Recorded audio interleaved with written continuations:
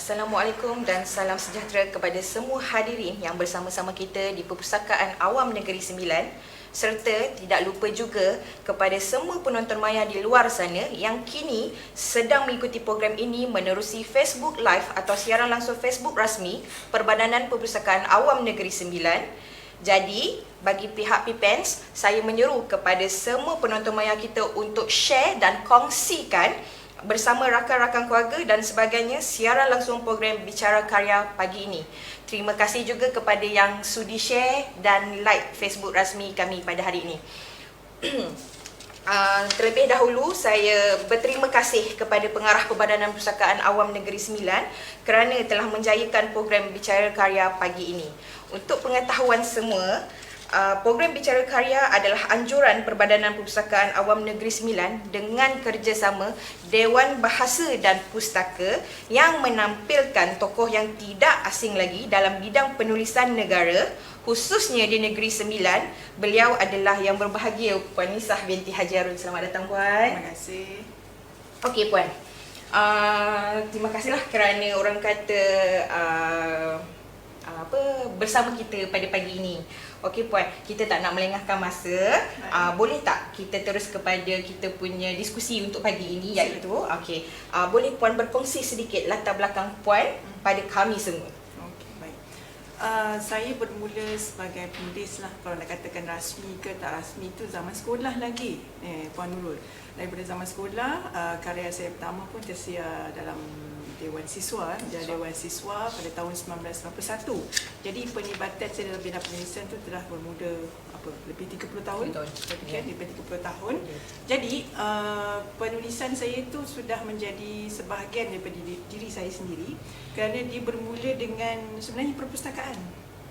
Bermula dengan perpustakaan. Walaupun saya taklah berapa, saya agak jauh daripada rumah, saya agak jauh dari perpustakaan pada zaman saya remaja lah. Saya tinggal di Kampung Temiang. Saya nak ke library atau perpustakaan tu ke Bandar Seremban, ambil masa. Tapi kebetulan ibu ayah saya bekerja di Wisma Negeri, Jadi dekat situ kan masa tu perpustakaan kita dekat bangunan yang depan istana. Depan istana Hinggap tu. Jadi itulah peluang saya untuk ke perpustakaan. Jadi selalunya hari Jumaat. Pada Jumaat kan ibu bapa saya balik tengah hari rehat panjang kan. Ya, jadi saya akan ikut dia semula pergi bekerja sekitar 2:45 macam tu. Jadi saya ikut dia, mereka tinggalkan saya kat perpustakaan. Jadi lepas tu saya akan baca buku ke, pinjam buku dan sebagainya. 4:10 dia habis kerja, saya dia ambil saya balik, kita balik sama-sama. Itu antara peluang lah. Saya rasa perpustakaan membuka sebahagian daripada peluang pembacaan selain daripada sekolah dan juga koleksi pribadi. Jadi itu permulaan dari segi pembacaan. Jadi itu pentingnya perpustakaan dimanfaatkan oleh sesiapa saja. Okey, itu dari segi pembacaan. Kalau dari segi pendidikan, bidang saya sekolah, saya orang Negeri Sembilan. Saya sekolah kat Seremban, saya sekolah menengah kat Seremban. Saya Syam, masa tu zaman tu tak panggil Syam lagi lah. Sekolah Agama Syekh Jumaat Said. Kemudian saya melanjutkan pelajaran ke peringkat matrikulasi, SPM, saya masih matrikulasi undang-undang di UKM, Universiti Kebangsaan Malaysia. Jadi di situ juga banyak, dan sebab kita dah masuk perpustakaan ni di mana-mana ada. Kalau kita itu yang kita cari, itulah kita jumpa kan. Ini perpustakaan di sekolah rendah lain, perpustakaan di sekolah menengah lain, perpustakaan kita ni lain. Di perpustakaan universiti pula memberikan saya input yang lebih banyak, masukan yang lebih banyak dalam pembacaan, dan dia membantu sebenarnya dalam apa-apa yang telah saya hasilkan selama ni. Jadi bidang disiplin saya dari segi pembelajaran tu ialah undang. Tapi minat saya dalam penulisan tu berterusan dari sekolah sampai dah sekarang, insyaAllah. Okey, Puan. Terima kasih juga dekat Puan dan terima kasih juga kepada Perpustakaan Negeri. Untuk pengetahuan Puan juga ya, sebahagian buku yang ada di depan ini, apa yang orang kata, pihak Perpustakaan Negeri Sembilan ada koleksi-koleksi ni semua di rak untuk bacaan semualah. Jadi pengguna yang mencari buku-buku saya sebahagian besarnya ada di sini. Ya, betul. Betul. Okey, untuk pengetahuan semua mungkin apa yang Puan Nisah Harun ni kongsikan untuk latar belakang dia mungkin tidak selengkap yang kita tahu. Okey, Puan. Okey, sebelum tu kita congkel dulu lagi sedikit. Orang kata sebelum saya menemu ramah Puan, saya ada buat research sikit tentang Puan. Okey, sebelum ni Puan adalah seorang peguam. Dari peguam cara, peguam bela dan peguam syari'i. Okey, dan juga mempunyai firma guaman tersendiri. Nisa Harun Corporation. Kalau tak silap saya Puan ya. Okey Puan. Orang kata macam Puan cakap tadi, Puan minat bidang penulisan dari zaman sekolah. Tapi kenapa Puan tak terus grab daripada zaman Puan study dekat UKM, ambil dalam bidang kesastraan dan terus kenapa Puan sanggup struggle untuk ambil undang-undang terus ke bidang penulisan sampai sekarang? Oh, dia begini. Masa sekitar saya SPM sekitar 90-an, tahun 90-an. Orang tidak melihat ketika itu penulisan ataupun menjadi ahli sastra lah kata orang pada zaman itu sebagai sesuatu yang mempunyai nilai ekonomi. Jadi yalah, kalau orang tua kita kata kau nak jadi apa, ambil sastra ni nak jadi apa. Jadi persoalan nak jadi apa tu sesuatu yang besar kan pada ibu bapa kita. Jadi dia perlukan satu jaminan. Ni anak ni belajar nak kerja apa. Yang itu yang penting. Walaupun orang kata kerani biasa pun, ia sesuatu yang menyenangkan lah. Jadi ada kerja. Maknanya kerja yang diberi definisi. Jadi kalau tak ada definisinya orang susah hati. Betul. Nak panggil apa ni kan. Jadi ini menyebabkan ketika saya habis belajar, aliran saya sastra. Saya dapat sains dulu. Lepas saya 3, saya dapat aliran sains. Ni tak masuk dalam resume lah. Ya betul. Saya dapat aliran sains di Kolej Islam Kelang masa itu. Sekarang ni dipanggil Kolej Islam Sultan Hamshah. Saya tak pergi ke sana, saya stay kat sini di Syam juga. Itu yang sampai 5 tahun sampai SPM dekat SMK Asia Jumat Sains. Jadi ketika itu siapa nak ambil sains memang pergi ke tempat lain lah. Jadi saya fikir kalau saya boleh, saya dapat keputusan yang sangat baik untuk SRP, zaman saya SRP kan, yang membolehkan saya ambil sains lah. Maknanya gitu. Tapi saya fikir kalau saya boleh dapat A, di mana-mana pun saya boleh dapat A insyaAllah. Jadi saya percaya kepada sekolah saya pada ketika itu dan saya teruskan. Jadi di situ apabila kita aliran sastra, pilihan kita untuk kerjaya tu agak terhad. Jadi saya ni rasa-rasanya tak jadi ustazah kot. Mungkin bukan tak nak, tapi saya rasa itu bukan kecenderungan saya. Saya fikir bukan. Jadi sebab kita adalah sekolah agama kan. Nak jadi guru pun mungkin, tapi masa tu saya sangat minat bahasa Inggeris. Saya minat bahasa Inggeris. Jadi saya ingat nak jadi guru bahasa Inggeris lah. Tapi saya ketika di sekolah juga bincang-bincang balik dengan guru dan sebagainya. Ada macam terbuka satu peluang. Kita kalau saya minat debat, saya minat berbahas, minat syarahan, minat bercakap lah. Lepas kamera tak ada masalah insyaAllah kan. Dia suka bercakap, jadi confidence tu ada, keyakinan tu ada. Jadi dicadangkan oleh beberapa yang lebih berpengalaman. Kenapa tidak ambil bidang undang? Jadi kita nampak undang-undang ni hanya jadi peguam saja. Dia lawyer, lawyer. Kan orang nampak macam tu saja. Tapi sebenarnya bidang undang ni luas dan dia boleh membuka pintu kepada laluan yang lebih banyak lagi. Jadi saya fikir mungkin pada ketika itu bayangan ni hanya menjadi peguam lah. Dan saya teruskan. Tapi saya tidak meninggalkan bidang penulisan. Saya teruskan. Jadi bahan-bahan dalam bidang undang-undang kepada saya banyak yang boleh saya manfaatkan dalam penulisan sudahnya. Tapi saya teruskan. Saya macam biasa jadi peguam. Seperti dia sebut, ada firma. Tapi saya kerja di Sulman, kemudian bekerja di firma sendiri tu agak lamalah kemudian. Tapi keputusan untuk berpindah, yang ni orang selalu tanya keputusan untuk berpindah dari bidang dikatakan kenapa tinggalkan bidang undang-undang lepas tu pergi ke bidang penulisan sepenuhnya, bukanlah berlaku secara satu malam.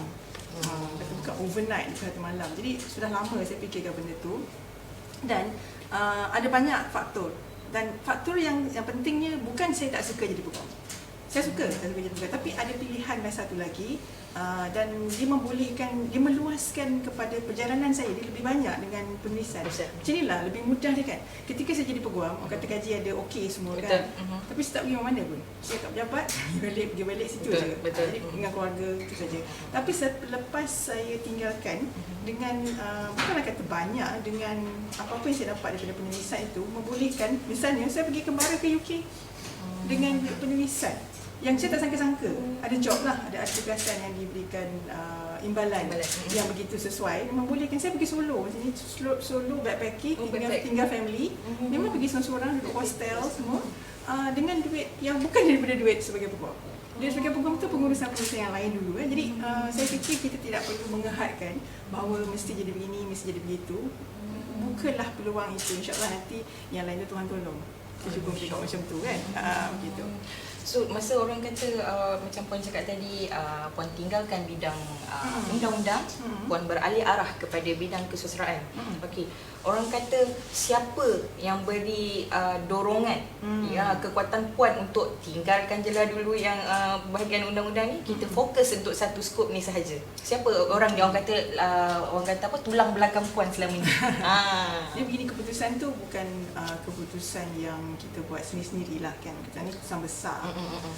Tentunya bagi pihak saya, kita perempuan sudah berkahwin, tentulah kita bincang dengan suami dulu, dan restu suami itu penting. Jadi suami saya menyokong, dan dia kata sepulang itu, kalau itu yang diinginkan, dia menyokong saya keputusan saya pada ketika itu. Kalau saya nak teruskan sebagai perempuan pun, dia sokong juga. Dia tidak memberikan sebarang kritikan dan sebagainya, tapi saya tak perlukan apa-apa. Saya perlukan sokongan dan faham kenapa peralihan itu perlu, dan saya fikir hasilnya ataupun hikmah dia ialah setelah saya tinggalkan profession saya itu pada tahun 2006 saya rasmilah saya tak renew, kata tak memperbaharui lesen kewaman saya itu 2006. Jadi saya ketika itu anak saya baru 3. Baru 3. Sebab saya 5. Jadi yang keempat, yang kelima tu datang kemudian selepas itu, yang tak sangkalah rezeki kan kemudian. Dan baru saya tahu anak saya yang kelima itu ada apa yang kita panggil autism. Dia autism, yang nombor 5. Jadi semacam Tuhan telah menyediakan untuk saya berada lebih banyak masa dengan anak saya. Dia autism yang sangat aktif lah, autism yang kreatif, suka bercakap dan sebagainya, tapi dia tidak boleh. Dia dipanggil high functioning ke? High functioning, okey. Benda dia boleh, tapi yang pentingnya ialah dia boleh belajar sendiri, tapi dia memerlukan ruang. Ruang itu hanya di rumah. Dia tidak boleh pergi ke institusi yang macam biasa, pergi sekolah dan sebagainya, tak boleh. Jadi dalam masa yang sama, saya seolah-olahnya Tuhan telah menyediakan platform tu. Mana okey, kerja kat rumah. Jadi orang MCO, orang PKP di kerja dari rumah tu, saya dah memang itulah kerja saya dekat rumah pun kan. Jadi tak ada isu pula. Jadi penulisan saya boleh berterusan, dan saya dapat menjaga dia rupanya. Dia perlukan ibu dan bapanya berada berhampiran. Ya. Jadi saya faham, saya tak rasa itu sesuatu yang dipaksakan atau dibuat-buat lah. Memang sebenarnya untuk menguruskan dia, khususnya dan anak-anak saya yang lain, dia macam satu hikmah. Jadi saya memang perjalanan tu nak tengok jauh kan. Tapi bila kita nampak tu, kita patutlah begitu sebenarnya. Jadi saya tak ada rasa macam menyesal tinggalkan ini, menyesal buat itu. Tak ada lah. Dia macam satu transisi yang sangat tidak ada, kalau bahasa ini kita panggil smooth, smooth transition lah. Dia lunak je gitu. Alhamdulillah. Macam Puan ada cakap tadi lah, orang kata Puan pergi kembara ke UK dengan hasil duit penulisan itu sendiri. Betul. Okey, dalam masa yang sama, apa yang saya dapat belajar, apa yang saya dapat tahu, apa yang dari segi apa yang Puan cerita ni, orang kata boleh buang perspektif negatif kepada orang luar yang bahawa penulisan ni hanya satu skop yang kecil. Betul. Betul. Jadi apa yang saya lakukan, sebab untuk menjadi penulis penuh masa, kita perlu ada strategi lah. Antara strategi dia, kalau boleh, janganlah hanya menulis satu bidang. Melainkan kita memang bercita-cita untuk jadi penulis bestseller.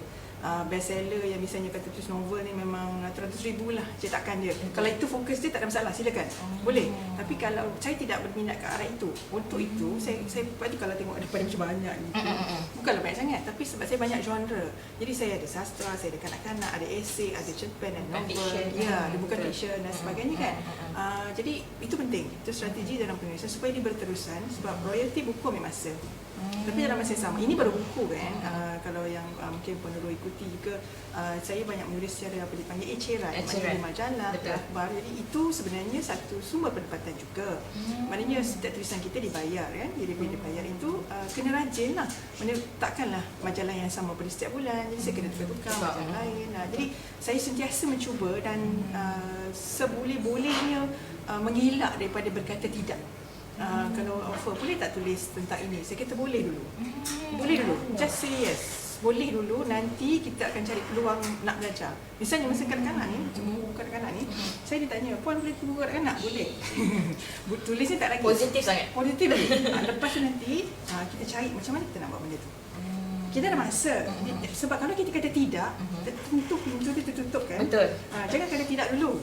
saya kata bagi saya cuba. Kita cuba. Tidak-tidaknya. Berkata ya dulu. Jadi say yes. Bila kita berkata ya, bagi saya masa, kita belilah masa dulu. Beli masa maknanya kita akan cuba untuk meneroka. Kalau tidak kita rasa kita tahu satu bidang saja. Betul. Sayanglah sebenarnya sebab penulisan ni luas. Ya, itu mungkin satu kaedah yang saya fikir kita perlu fikirkan, jangan terhad kepada satu bahagian sajalah. Okey, terima kasih Puan. Perkongsian sedikit sebanyak tentang orang kata latar belakang untuk sesiapa atau peminat Puan Nisa yang ingin tahu lebih lanjut tentang siapa itu Puan Nisa Haji Harun, boleh pergi ke laman sosial Facebook, type je nama Nisa Harun and akan keluar semua detail Puan Nisa. Macam mana saya cari, macam tu jugalah.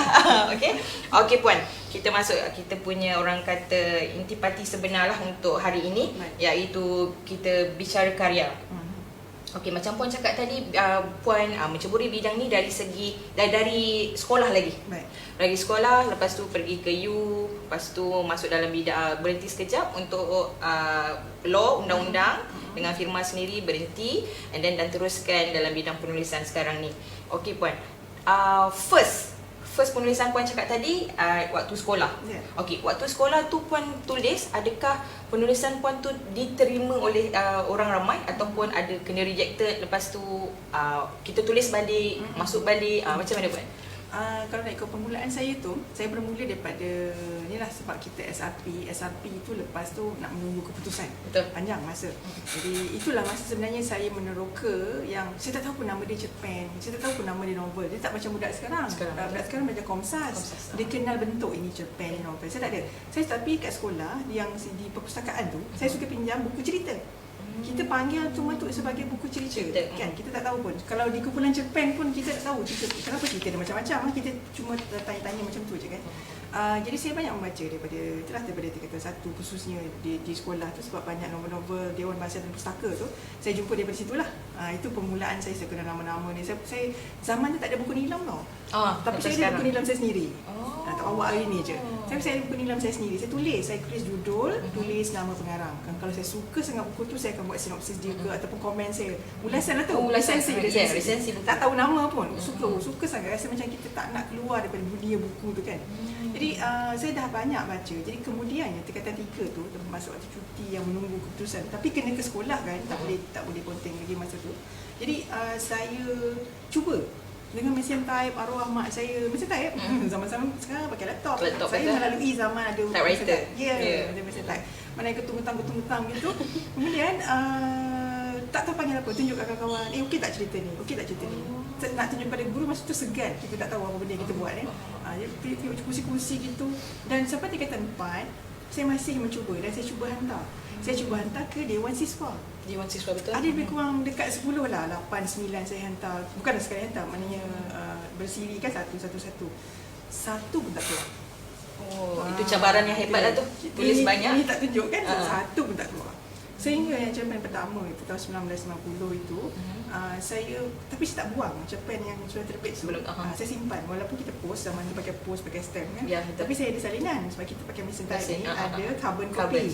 Saya simpan yang ada salinan saya lah. Jadi apabila saya simpan, saya tengok balik. Dan setiap bulan saya tidak tinggal langsung pun baca Dewan Siswa tu, khususnya cerpen yang tersiar, sebab setiap cerpen yang tersiar tu ada ulasan. Saya baca ulasan tu dan saya nak tahu kenapa cerpen ni bagus dan dia boleh terbit berbanding dengan cerpen saya yang tak keluar pada bulan tu. Jadi kita compare, kita buat perbandingan. Banyak yang saya tengok tak keluar, buka-buka tak keluar. Sehinggalah saya fikir mungkin salah kot cara saya buat. Yalah, pelajar tak berguru ni masalah ni. Ya, betul. Boleh jalan jauh kan. Sampai nak tingkatan 5 saya cuba satu genre. Satu saya cuba fantasi. Mungkin yang mana ambil SPM tahun 2000 sehingga 2009 sekitar itu. Kalau dia ambil SPM tu, dia akan jumpa cerpen saya Anisofilia. Anisofilia ni dalam buku tingkatan 4 yang bertajuk Anak Laut. Dalam buku tu, ya betul. Yang ingat lagi lah. Sebab tahun 2002 saya ambil SPM. Baik. Jadi Anak Laut kan. Dalam tu ada cerpen Anisofilia. Satu-satunya cerpen bercorak fantasi. Ada kuda terbang dan sebagainya kan. Jadi itu sebenarnya bukan cerpen saya pertama. Itu cerpen yang keempat. Selepas Atlantis kan, Atlantis. Jadi sebelum tu lagi ada satu lagi namanya Di Sebalik Wajahmu Eris. Itu terbit masa 1990.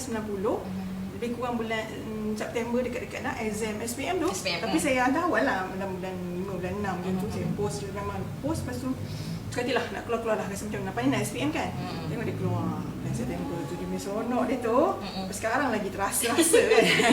Tapi itu sebenarnya satu permulaan dan sejarah dia bukan maknanya hantar terus keluar lah. Orang kata Nisah kot hantar keluar je. Tak, saya ada sejarah yang panjang. Ya, betul. Tapi kalau saya berhenti, maknanya kita tak jumpa lah hari ni kan. Betul. Kita jumpa di platform yang lain. Yang lain terus jadi lawyer ke, tak tahulah apa jadi. Macam tu. Macam tu. Dan memang ada banyak juga karya saya yang saya hantar. Ada juga tak tersiar, tapi itu tak cerita lah kan. Selalunya kita tunjuk tu yang keluar dan sebagainya. Jadi kita kena tahu apa di belakang skrin tu, apa di belakang itu. Betul. Sejarahnya kan. Orang kata ada cabarannya. Tentu. Kan tentu. ada akhirnya hikmah yang Allah bagi tu turunkan keluar juga. Tapi masa tu Puan belum ada terima apa-apa sebarang orang kata imbuhan ke ataupun reward daripada mana-mana ke? Tulisan itulah maknanya cerpen tu ketika tersiar di sebalik Majmu' Aris tu, saya tak tahu pun sebenarnya dibayar. Kita pergi sekolah tak tahu apa-apa.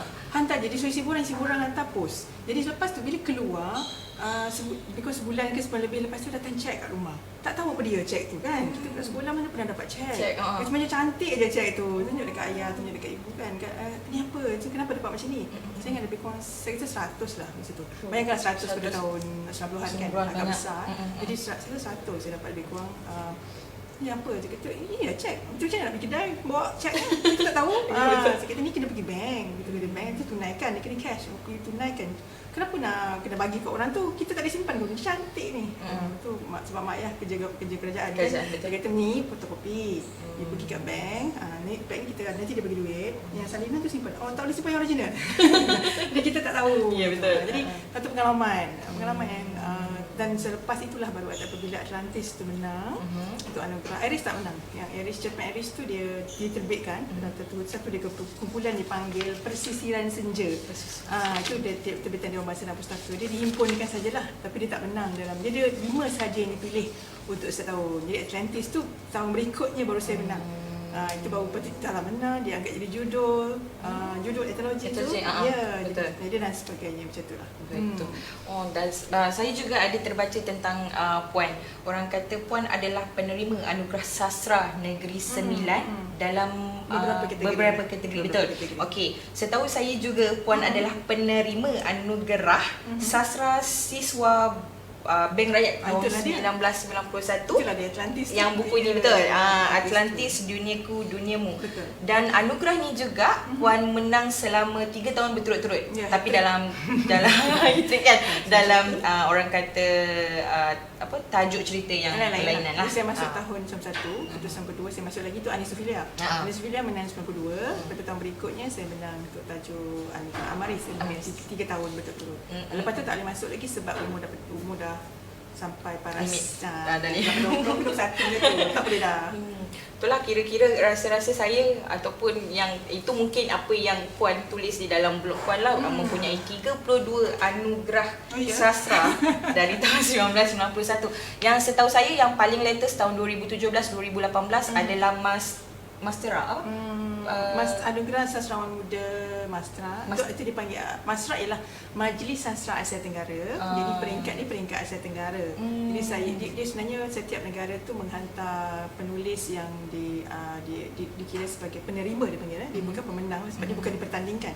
Dia penerima. Jadi untuk Malaysia saya. Maksudnya Puan adalah wakil Malaysia. Dia macam anugerah kita panggil C-Right. Anugerah C-Right kan Southeast Asia Writers Award. Setiap negara yang bergabung dalam anugerah itu memberikan Malaysia yang ni. Macam tu. Jadi dalam masa yang sama mengharumkan nama Malaysia jugalah. Tahniah lagi mungkin tak terlambat rasanya untuk tahniah tu. Okey Puan. Dalam banyak karya-karya Puan ni, orang kata Puan ada 6 kumpulan cerpen, novel, buku kanak-kanak, novel bersiri, bukan fiksyen. Mungkin dalam banyak-banyak buku ni, mungkin ada satu karya Puan yang Puan rasa dekat di hati. Okey. Puan boleh pilih yang mana satu. Okey. Boleh tak Puan kongsikan bersama kita lah tentang orang kata isi buku ni. Okey, dia macam nak pilih anak mana yang bagusnya. Anak mana yang bagus macam nak pilih tu. Okeylah, tapi mungkin kita terus kepada buku yang dibincangkan lah kot. Okey. Jadi saya fikir bab ni dari Negeri Sembilan dan sebagainya, saya fikir ini buku yang saya fikir sesuai kita bincangkan dalam tempoh yang agak terhad ini. Dua cerpen Gori ni memang ditulis khas. Cerpen ni memang saya mengangkat tema adab patih. Kita orang Negeri Sembilan kan, Betul. siapa lagi nak cerita pasal adab patih kalau bukan kita sendiri. Kalau kita orang luar menulis ni, barangkali melalui perspektif mereka lah, pemahaman dia tak sama. Jadi saya telah, dia sebenarnya bermula daripada, kalau tak novel Mencari Lokus Tendai ni, dia asal daripada yang ni. Ini antara pemula dia, pencetus lah. Novel Mencari Lokus Tendai dia memang kisah undang, tapi dalam ni latar dia ada sikit Negeri Sembilan. Masa ni saya belum berapa nak masuk lah isu adab patih, tapi ada sikit-sikit. Ada sikit sebab buat cerita dekat Seri Menanti, ada latar dekat Topeng Godang, kan begitu lah. Kita angkat, sebab kita lah mengangkat tempat kita. Tempat sendiri, betul. Tempat sendiri. Jadi kat sini saya sentuh sikit je pasal adab patih. Kisah pelajar ini dia buat research, dia buat kajian tentang adab patih dan dia nampak keindahan dia. Dia nampak keindahan yang selama ni dia tak tahu. Jadi memang secara benarnya pun saya mengkaji, kita bina undang-undang kan, kena antaranya kita kaji undang-undang adat.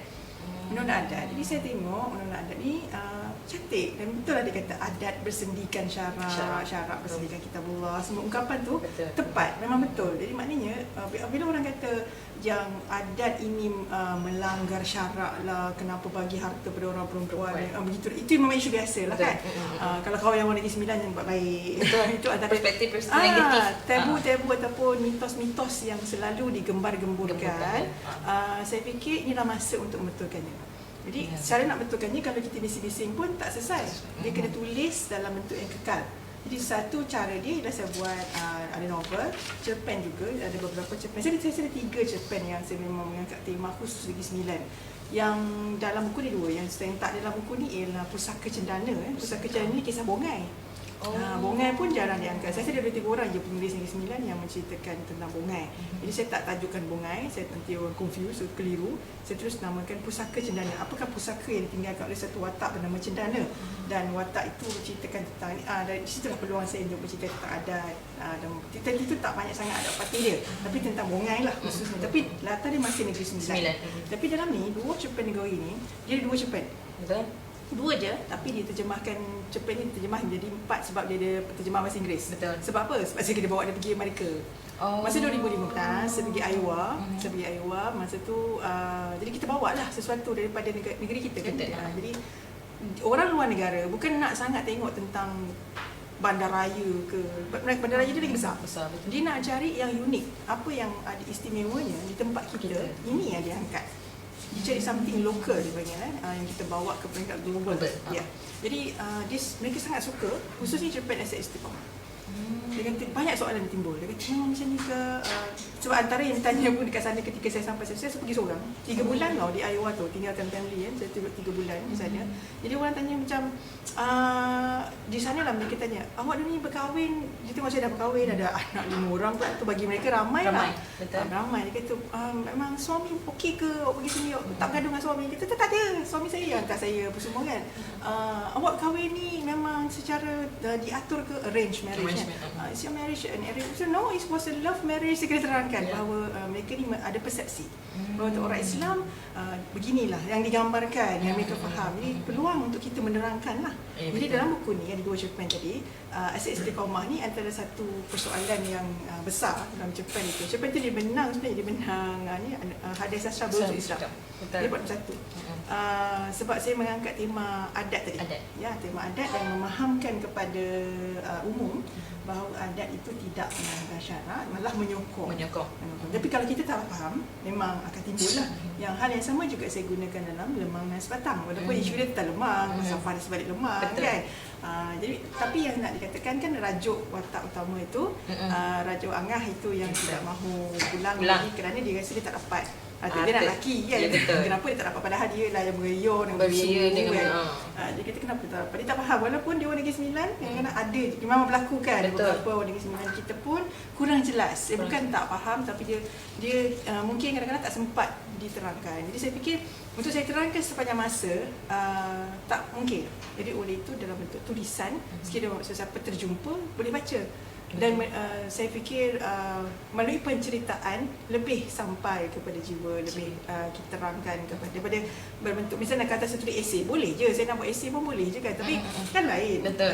Kesannya ada cerita, bagaimana dia akhirnya faham tentang adat itu. Macam dalam Esei Istiqomah bagaimana Zuhairi kan nama apa tak dia? Betul. Zuhairi itu pun tak faham kenapa dia tak dapat. Betul. Akhirnya Istiqomah yang dapat. Itu sebab tu sepupu perempuan dia yang dia ialah penjaga kan. Dia orang perempuan ni dia bukan memiliki harta, dia ialah penjaga. Dia panggil peti benian. Ya, betul. Dia penjaga kepada harta tu, bukan dia punya. Tapi isu yang tidak difahami oleh orang awam ialah harta itu, apabila harta adat patih ni nama perempuan terus je, dia ada sejarahnya sebenarnya. Kalau dulu-dulu harta anak adat ni dia tidak perlu letak dalam geran. Sebelum zaman British, dia tak dalam geran. Sebab kalau kita pergi ke Minangkabau, tanah sana di Padang dan sebagainya, orang sana pun ada konsep yang sama. Jadi ada konsep ibu kandung, bonda kandung, rumah gadang, dia semua kan. Jadi siapa yang duduk di situ, orang perempuan yang mewarisinya. Orang lelaki tak duduk rumah, orang lelaki tidur surau. Anak bujang aja pergi tidur surau. Dia tak duduk rumah, dia kira rasa macam malu kalau masih duduk rumah, sebab konsep dia mesti merantau. Jadi harta itu memang difahami, diketahui ialah harta orang perempuan, bukan milik individu. Jadi datang British, mereka nak cukai. Untuk mencukai kita perlukan nama. Apabila perlukan nama, kita masukkan nama dalam geran. Apabila kita masuk nama dalam geran, jadilah ni Nurul punya ni, nama kat dalam ni kan. Jadi orang lelaki tu, apa pula nama aku, tak ada. Padahal dia sebenarnya milik yang dijaga oleh orang perempuan. Orang lelaki boleh guna. Kira kata pendeknya adalah pemegang amanah. Ya, boleh. Sebab itu harta adat ialah harta amanah. Apabila seseorang itu meninggal dunia, ibunya meninggal dunia, dia tidak boleh difaraidkan sebab dia terkeluar daripada faraid kerana dia ialah harta amanah. Itu aja konsepnya. Trust property dia panggil.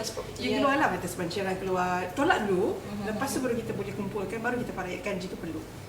Jadi dia tak termasuk dalam kategori itu. Dia bukan harta pewarisan yang kita bahagikan dengan waris-waris yang lain. Kerana dia khusus, dah tahu dah siapa dapat. Orang perempuan kan, anak perempuan dia, bukan anak perempuan spesifik. Anak perempuan dia kalau macam anak saya empat.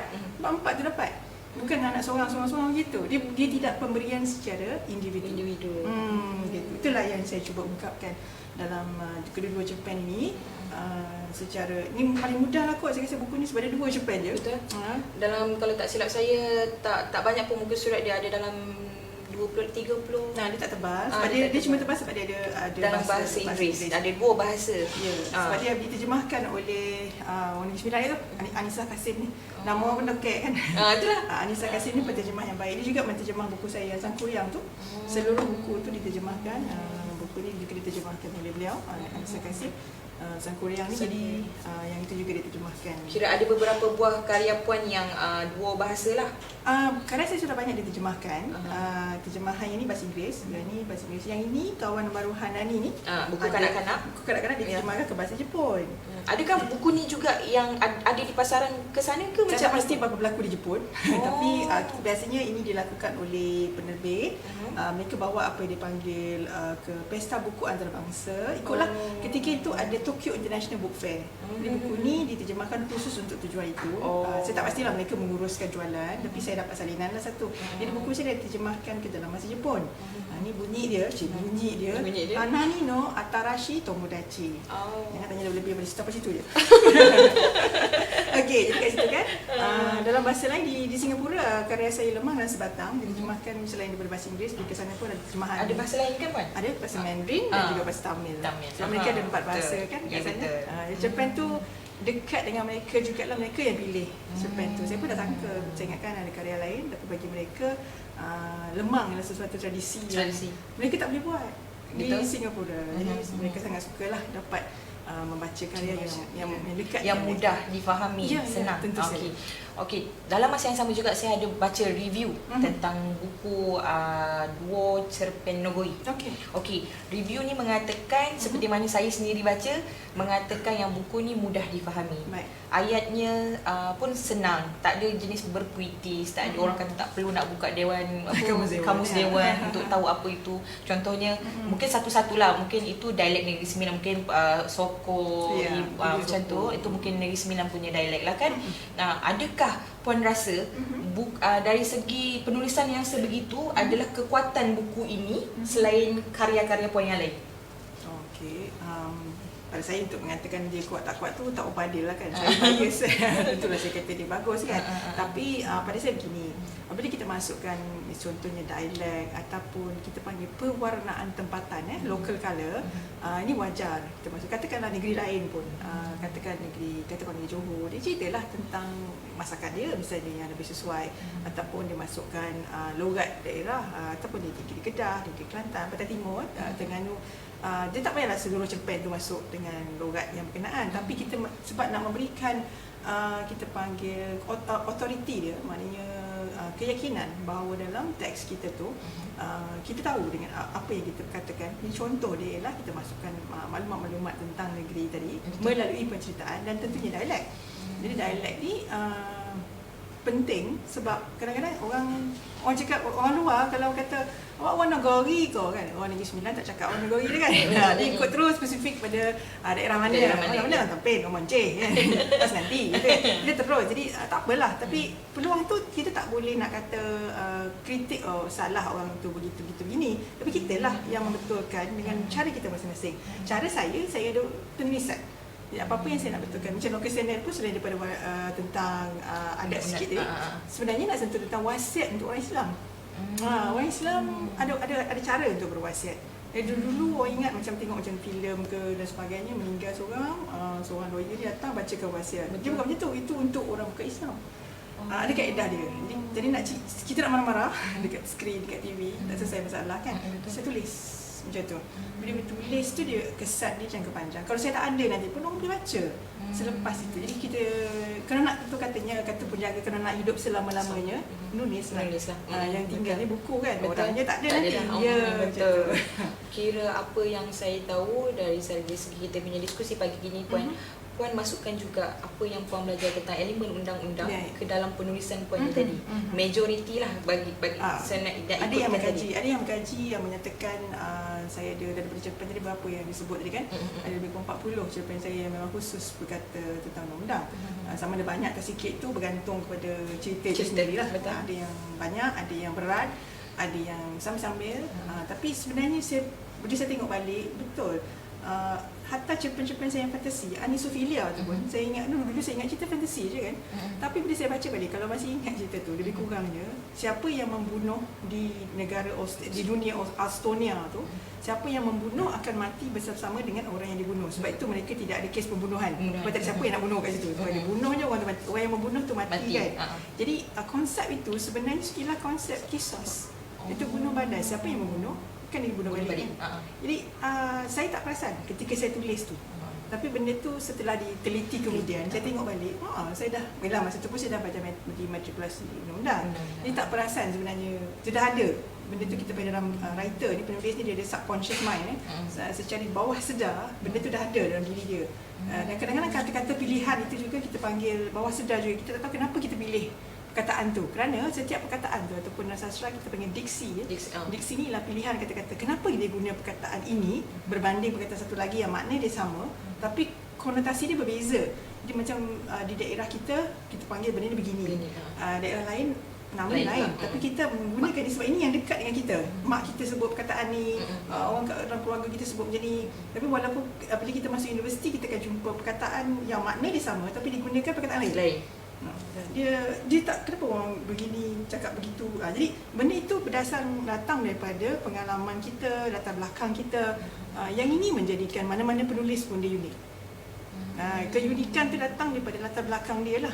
Jadi pengalaman dia dan juga latar belakang dia tadi. Dan persekitaran dia mempengaruhi apa-apa yang ditulis. Okey. Okey, untuk penonton dan peminat Puan Nisa, untuk dapatkan karya-karya Puan ni dengan apa yang ada kat hadapan ni, boleh dapati secara online di Ujana Ilmu. Betul kan? Boleh, atau masuk di laman Facebook saya pun boleh, saya layan nanti insya-Allah. Boleh Okay, kita panggil PM tepi ya. PM tepi. Okey Puan, macam tadi Puan cakap kan, sebab dalam masa yang sama cerpen ni juga adalah pemenang anugerah yang dibawa ke Amerika Syarikat. Betul. Okey. Tempoh berapa lama penulisan Puan untuk Puan jadikan dia sebagai buku? Dengan mempunyai 5 orang anak, ada suami lagi. Orang kata pembahagian masa macam mana Puan? Baik, dia gini, saya sebab saya memang daripada sekolah ke universiti, saya memang jenis kalau jadi pelajar pun pelajar sibuk. Sibuk. Pelajar sibuk. Ada je aktiviti masuk kan. Tapi selalunya kita perhatikan, pelajar yang sibuk itu dia ada masa. Sebab dia tahu dia ada 10 minit je. Dia urus masa lah. Biasanya yang tak dia banyak sangat nak buat tu, biasanya kadang-kadang dia tak ada buat apa-apa pun sebab dia banyak 3 jam lagi kot, lama lagi ni kan. Tapi kalau seseorang itu tahu nilai masa, saya tahu, saya kalau tak buat sekarang, anak saya bangun. Misalnya masa dia baby tu kan, dia baby, ni kan kalau tak buat sekarang, kejap lagi dia bangun habis cerita. Layan dia je kan, tak boleh tengok benda lain. Jadi saya tahu saya ada masa yang sangat terhad. Dia macam orang yang tahu dia nak mati lah. Orang yang tahu dia nak mati, dia akan buat macam-macam sebab dia tahu dia tak sempat nanti. Jadi kalau orang yang tahu, lama lagi kot, dia tak akan buat sangat apa yang dia sepatutnya buat lah, penghargaan kepada masa tu. Jadi kita tahu bahawa kita ada masa yang terhad. Misalnya sekarang, kalau anak-anak saya pergi sekolah, itulah waktu yang paling sesuai untuk saya buat kerja apa-apa sebelah pagi. Sebab lepas dia balik nanti kan dah tengah hari, makan dan sebagainya, dah habis lah. Petang tu akan selesai begitu je kan, kita penat dan sebagainya. Pagi ni kan tengah segar, dia selepas sarapan, apa-apa yang boleh dibuat tu buat pada masa itu. Jadi saya fikir dari dulu pun, saya ni jenis, sebagai peguam pun saya menulis juga. Tapi apa yang saya buat pada ketika itu, saya tahu saya sibuk, jadi saya boleh, apa kita panggil, ada konsentrasi yang bersifat, kita panggil fragment ni sikit-sikit saya boleh tulis sikit-sikit, maknanya saya tulis satu muka, tinggalkan dulu, nanti kan sambung lagi. Kadang-kadang tu kalau perhatikan, ada cerpen saya memang ada macam ada bintang kan, potong-potong. Itu bukan style sebenarnya dah habis dekat situ, nanti sambung lagi. Jadi tapi cerita tu bersambung. Ini sesuai, teknik ni sesuai kalau bagi orang yang dia rasa dia tak ada masa, tapi dia ada masa dia pendek-pendek. Dia tak dapat lah, misalnya dalam tempoh, ada orang dia bertuah dapat dalam tempoh 3 jam solid, tak ada orang ganggu, boleh tulis kan. Jadi dia terus je lah, bertuah lah tu. Jadi ada orang tak boleh. Macam misalnya orang yang bekerja, jadi dia ada ruang, misalnya katakan contoh kita ambil Nurul ni, dia pejabat. Mungkin paling awal sampai ke pejabat, dah nak uruskan pejabat kan. Jadi kalau nak urus, sebelum urus tu mungkin datang awal, lebih awal daripada biasa, katakan setengah jam, 15 minit yang tidak terganggu. Contohnya tidak menjawab email, tidak menjawab WhatsApp, tidak menjawab Telegram semua kan, tidak menjawab apa-apa. Tutuplah semua, kita panggil off the grid, kita tutup tutup dan hanya fokus 15 minit solid untuk buat apa yang kita nak buat. Kalau saya kadang-kadang 15 minit tu kadang-kadang boleh buat nota, buat draft untuk karya berikut ke, buat apa-apa saja. Jadi 15 minit yang solid yang tidak terganggu, mungkin satu cara. Jadi benda tu saya sentiasa ada buku nota lah. Sekarang ni dengan handphone, dengan tablet apa semua, kita macam-macam cara, tak ada sebab untuk tidak menulis. Jadi ada ruang sebenarnya untuk kita buat macam-macam ni, dan kemudian dihimpunkan. Lepas tu saya lagi banyak cerpen daripada novel, sebab saya novel ini memerlukan konsentrasi yang lebih. Dan kalau sebenarnya novel-novel saya contoh, novel saya Lentera Mustika ni, dia ialah sebenarnya berkait dengan lukisan ni, boleh dibaca sekali. Dia ditulis dulu, tapi ini ditulis kemudian. Adakah itu kesinambungan daripada dia dipanggil prequel? Dia bukan Star Wars, dia prequel. Saya pun buat juga dah lama dah. Okey, jadi boleh baca sekali lah. Tak kisah, baca ni dulu, baca kemudian pun boleh. Baca ni kemudian baca ni pun boleh, tak ada masalah. Tapi ni buku ni tak ada dicetak dengan saya, di perpustakaan barangkali ada saat naskah ni. Okey, ini sebenarnya terhasil secara bersiri asal dia. Bersiri di dalam majalah Anikah. Majalah Nikah pun dah tak ada dah sekarang, tapi saya tulis sebanyak 36 bab, iaitu 37 bab. 37 itu ialah 37 bulan. Sebab dia sebulan sekali kan, 3 tahun. Bayangkan satu novel 3 tahun, bila siap ni kan. Tapi siap jugalah. Kalau tak buat bagi itu, saya tak dapat novel macam ni. Dan ini juga diterbitkan secara ini bukan puisi, ini novel. Puisi untuk SD Zuan ni pun novel, ni dah habis juga di pasaran. Yang ini juga ditulis secara bersiri sebanyak 24 bab 2 tahun. 24 bab. 24 sebab dia sebulan kan. Jadi siap juga. Saya mungkin, sebab itulah saya lepas tu lebih banyak cerpen, sebab masa itu sebab kita sebagai penulis ni boleh memilih. Tak semestinya dah tak boleh tulis novel, dah tak boleh tu dah lah, buatlah benda lain kan. Kita boleh tulis cerpen, kita boleh tulis sajak. Betul. Saya boleh sajak, cuma saya tak ada bukukan sajak saya. Saya ditulis secara eceran. Eceran ada di terbitan tempat lain adalah, tapi bukan dalam bentuk buku, saya tak himpunkan lagi lah. Sebab saya tak, orang kata saya sebagai penyair, saya tak berani mengaku kot saya penyair, saya menulis lah, tapi tidaklah secara tekal lebih banyak karya berbentuk sajak berbanding prosa.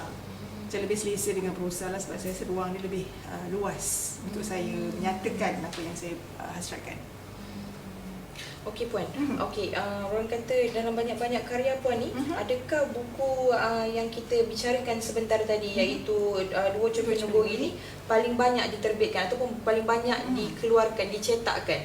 Ke ataupun ada naskah lain yang lagi orang kata lagi hebat daripada cetakan yang ini ke macam mana? Saya tak pasti dari segi, sebab saya tak jaga dari segi bilangan berapa banyak dicetak. Yang setahu saya yang dicetak luar, ini ada cetakan kedua. Lukas Telan ada cetakan kedua sebab dia terbit utusan. Sebab dia cetakan pertama 2004, cetak ulang ni 2006. Yang ni ada. Yang lain saya tak pasti. Bilangan sekali cetak tu adalah kontrak lah, tapi saya tak pastilah dari segi jualan macam mana. Yang ini memang terbit sendiri. Terbit sendiri. Jadi memang takkan dapat di kedai. Saya rasa baru-baru ini saja baru masuk di Kinokuniya. Boleh pesan di Kinokuniya kalau tak dapat daripada saya, boleh je saya bantu. Yang Hanani ni juga dicetak, saya tak pasti 2 atau 3 kali. Dia ada di library. Dia ada library. Betul. 3 kali.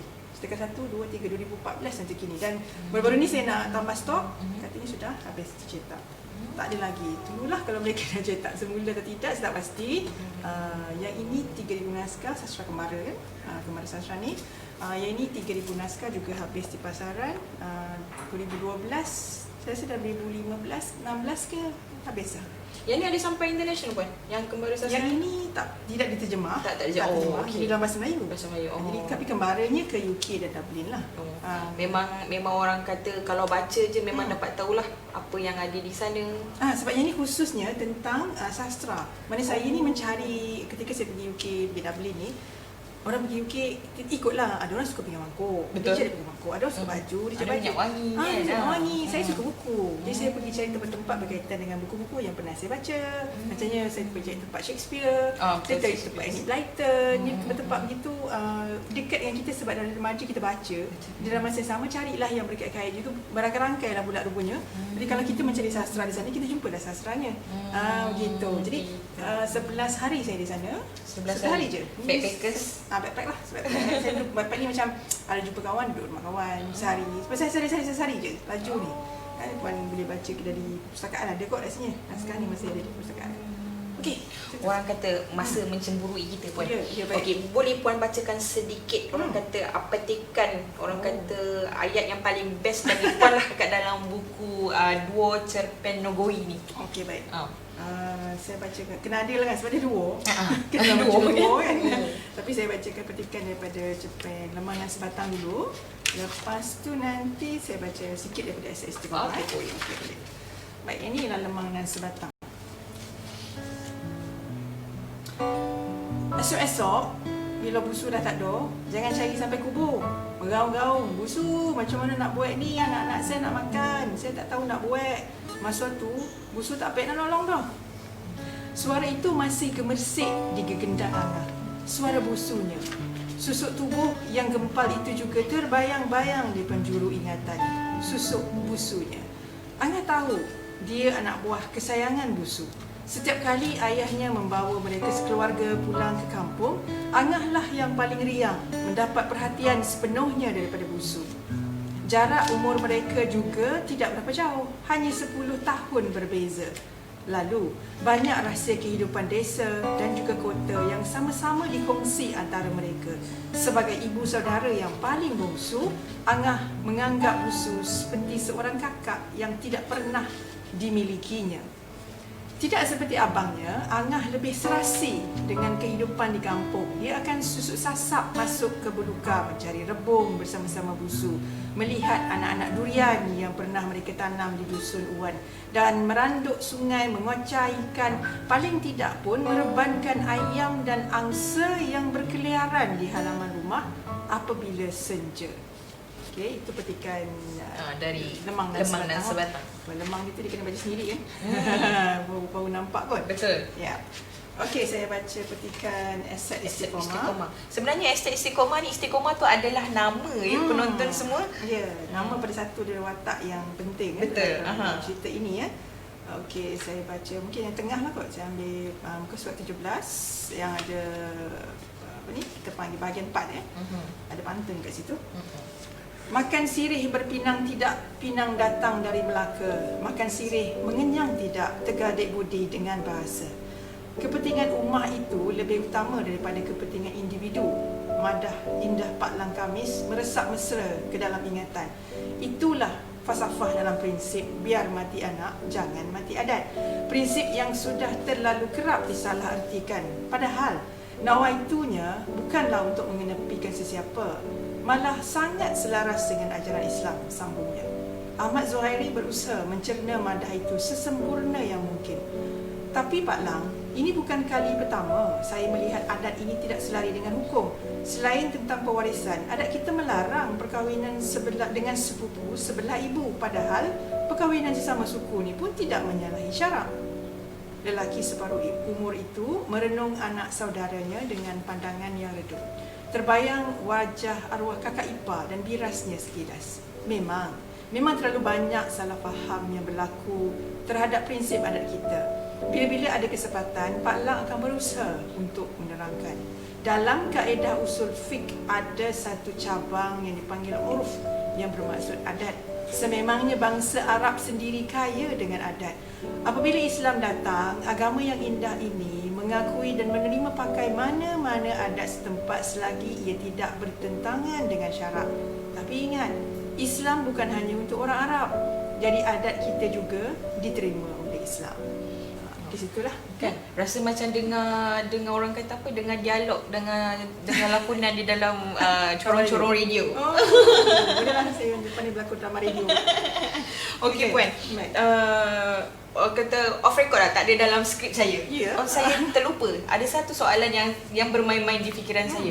Saya nak tanya puan, majoriti selalunya penulis ni mempunyai nama pena. Baik. Okey, kenapa puan sendiri menggunakan nama penuh puan sendiri? Dia senang orang nak bayar cek. Itu jawapan paling mudah kan. Dia gini kan, nama saya dah pendek. Nama saya Nisa saja kan. Sebab ada orang kata nama Nisa Harun ni nama samaran. Dia nama pena kan. Nama sebenar apa? Dia tanya saya. Saya kata nama saya dalam IC memang beginilah. Lebih mudah orang nak bayar cek lah. Zaman tu kan kita tak kecilah ejaan semua. Ikut sama tu kalau nak bayar cek senang je. Jadi saya tak ada keperluan untuk meletakkan nama lain. Saya ada beberapa tempat yang saya menggunakan nama pena. Sebab nama pena ni kan ada tujuan. Dulu-dulu orang menggunakan nama pena atas sebab-sebab keselamatan, atau mungkin dia bekerja dengan kerajaan, dia tidak boleh namanya itu tersiar dan sebagainya, kerana pandangannya itu barangkali ketika itu bertentangan dengan polisi dan sebagainya. Jadi macam itulah kita ada nama untuk Kak Waran, untuk Usman Awang, Christmas dan sebagainya kan. Betul. Nama sebenarnya bukan begitu. Jadi bukan soal apa-apa pun, tapi tujuan keselamatan lah saya fikir. Kemudian saya tak ada sebab untuk tidak meletakkan nama sendiri. Dia ada sebab untuk orang yang misalnya nama dia panjang. Nama dia panjang, nama dia je dah penuh dekat tajuk kan, tajuk tak boleh letak kan. Betul. Jadi ada keperluan dan tujuan kita meletakkan nama itu sekurang-kurangnya untuk mudah diingati. Bila boleh diingati, tentulah orang dapat cari buku kita. Bayangkanlah kalau pergi perpustakaan saya nak cari buku yang warna biru tu, siapa nama penulis dia, tajuk apa tak ingat, tapi nama dia Nisa Harun contohnya kan. Jadi sekurang-kurangnya dapatlah kita carikan judul. Jadi pada saya membantulah di situ dan kelebihannya. saya kemudian baru saya sedar nama saya kan, saya perasan nama saya mula dengan huruf N dan ayah saya tamat dengan huruf N, tengah-tengah ada H. Dia macam ada satu bentuk rima dekat situ kan. Itu kebetulan lah Tuhan dah takdirkan begitu kot. Itu sebab ingatkan ada nama lain seperti nama Nisa Harun, sebab research memang tak ada, memang itu dia full name sebenarnya. Kalau ada saya guna pun tujuan tu untuk saya samarkan nama saya, ada tujuan lain yang nama saya tidak boleh tersiar kat situ. Itu saja. Tapi tak banyak lah, sangat sedikit yang nama saya tidak digunakan. Minoriti lah. Selalunya sebagini, penulis perlu membina nama. Jadi kalau misalnya penulis baru berhasrat untuk menulis karya, kemudian katakan ada banyak nama bina, 4-5 kan, kita di luar ni melihat bahawa bukan itu orang yang sama, kita melihat ada 4-5 orang yang berbeza kan. Jadi daripada dia ada 5 karya, kita nampak dia ada satu je, satu kan dah rugi, padahal dia ada 5 karya. Jadi kalau siapa yang nak guna nama pena, kekalkan nama pena itu. Bagi saya bukan nama pena itu bukan semestinya nama lain kan, nama yang kita perkenalkan diri kita kepada pembaca. Jadi saya perkenalkan diri saya dengan nama Nisa Harun, dikenalkanlah terus. Jadi saya insya-Allah selepas ini kalau menulis pun kekallah dengan nama ini, supaya orang cari kan senang, orang menunggu karya berikut dan sebagainya. Jadi orang nak tahu nak cari dan sebagainya begitu. Okay, last question Puan. Last soalan orang kita. Okay. Orang kata mungkin Puan boleh bagi sedikit kata-kata semangat ataupun kata-kata sedikitlah kepada penulis-penulis muda, orang kata yang ingin menceburi bidang yang untuk berkarya seperti Puan.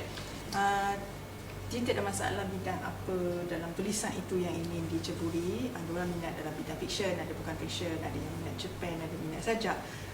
Nasihat paling tidak boleh tinggal ialah mesti banyak membaca.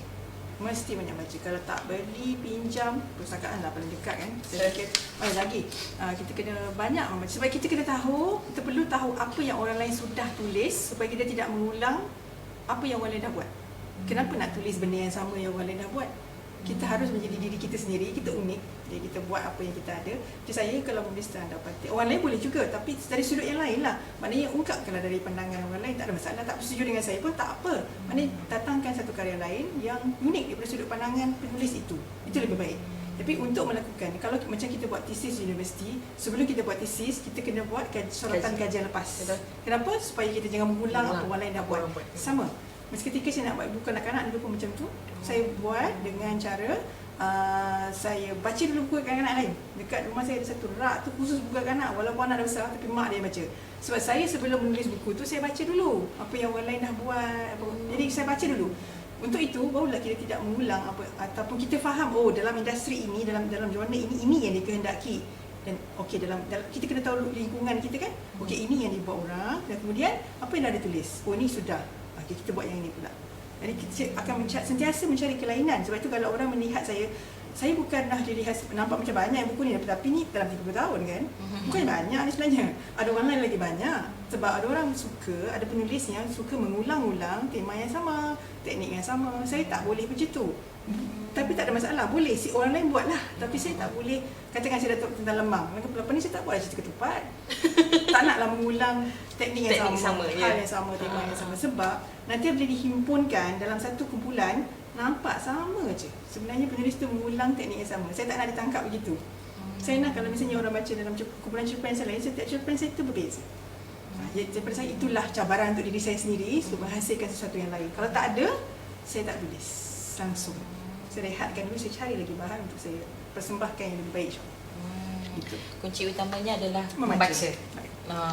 Mungkin itu keistimewaan Puan Nisa Harun. Dalam masa yang sama juga ya, untuk pengetahuan semua, Puan Nisa Harun adalah juga ketua satu penulis persatuan penulis Negeri Sembilan, iaitu PEN. Betul Puan okey. Terima kasih Puan dan terima kasih juga kepada penonton dan peminat-minat Puan Nisa Harun yang mengikuti bicara karya kita pada pagi ini. Moga kita bersua kembali dalam program akan datang. Terima kasih Puan. Terima kasih atas undangan.